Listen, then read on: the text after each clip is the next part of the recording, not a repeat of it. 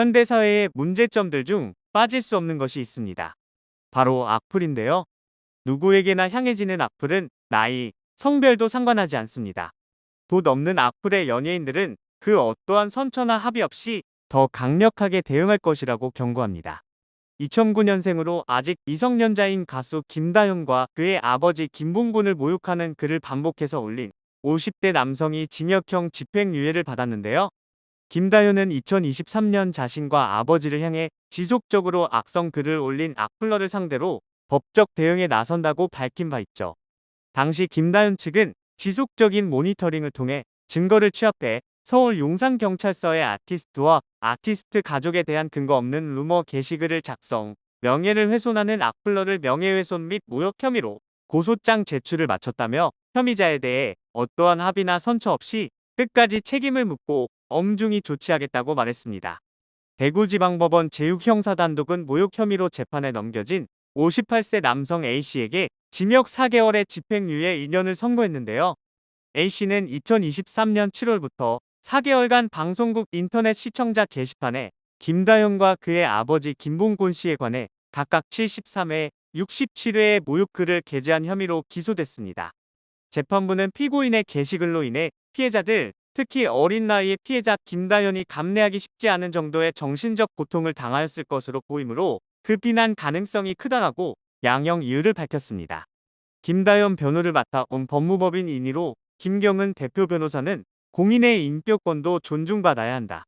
특히 나이 어린 연예인 및 가족을 상대로 한 근거 없는 악의적 게시글의 파장은 더욱 심각하다라고 지적했는데요.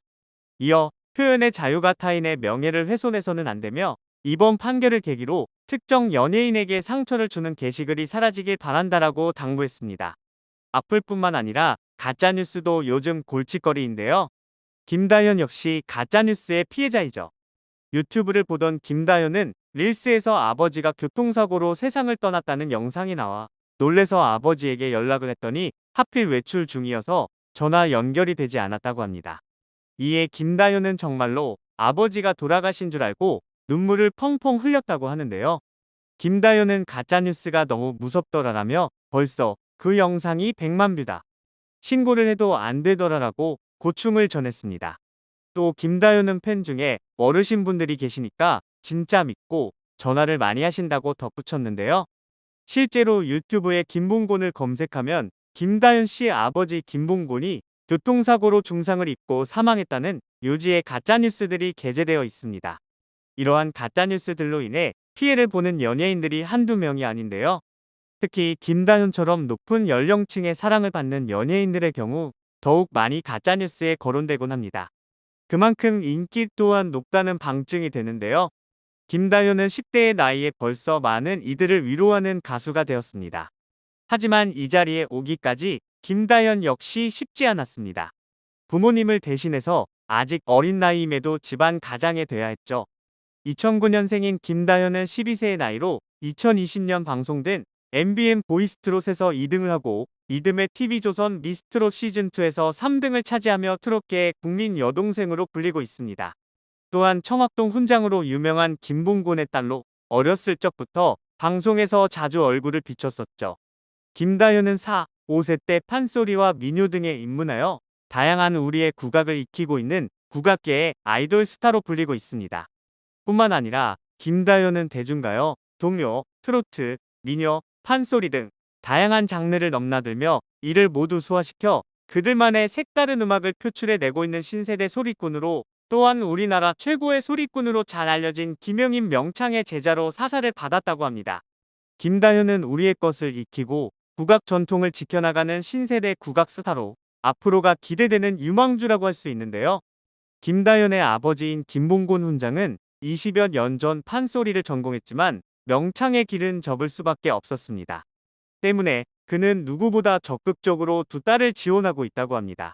김다현은 지난 2019년 사람이 좋다에 출연했을 때 아버지 김봉곤에 대해 아버지가 속마음을 표현은 잘 안 하시는데 아버지가 저희 꿈을 위해서 노력해 주시는 것도 다 사랑이다라며 큰 울림을 전하기도 했는데요. 김다현은 보이스트롯 2등에도 불구하고 미스트롯2에 재도전한 이유에 대해 고민을 많이 했지만 아직 어리고 도전할 기회가 많다 보니 여기서 끝내기에 아쉬웠다. 한 번 더 도전하기 위해 출연했는데 3등이라는 큰 성과를 얻었다라고 이야기했습니다. 다만 경연에 임하는 딸의 모습을 지켜본 김봉구는 다현이가 다시는 이런 경연 안 한다고 얘기했다. 그 모습을 지켜보는 게 안쓰러웠다라고 아버지로서의 심경을 밝혔는데요. 미스트롯2 경연 이후 각종 음악 방송과 라디오, 행사를 다니며 바쁜 생활을 하고 있는 김다현은 학교 대신 홈스쿨링을 선택했습니다. 연예계 활동과 공부를 병행하면 체력적으로 힘이 드는 만큼 고심해서 내린 결정이었습니다. 김다현은 가수 활동을 위해 학교를 그만두고 검정고시를 준비했는데요. 김다현은 중학교 과정은 학교보다 홈스쿨링이 효율적일 것 같아서 상의했지만 선택은 제가 했고 안 되는 과목들만 선생님한테 가서 배운다고 고백했습니다. 그렇게 홈스쿨링으로 중학교 과정을 마친 김다현은 한 살 앞당겨서 서울공연예술고등학교에 진학하여 정동원의 후배가 됩니다. 하지만 김다현의 삶이 순탄했던 것은 아닙니다. 아직 어린 나이지만 여러 풍파가 있었죠. 김다현의 아버지 김봉고는 훈장을 관두고 딸 김다현의 매니저로 지내고 있습니다. 김봉고는 몇 년 전 서당을 크게 지었다가 은행 빚만 26억을 졌다고 고백하며 빚더미에 앉아 쫓기듯 진천으로 내려간 사연을 밝혔었는데요. 이로 인해 오랫동안 김다현이 집에 빚을 갚느라 힘들다는 이야기가 이어졌었습니다.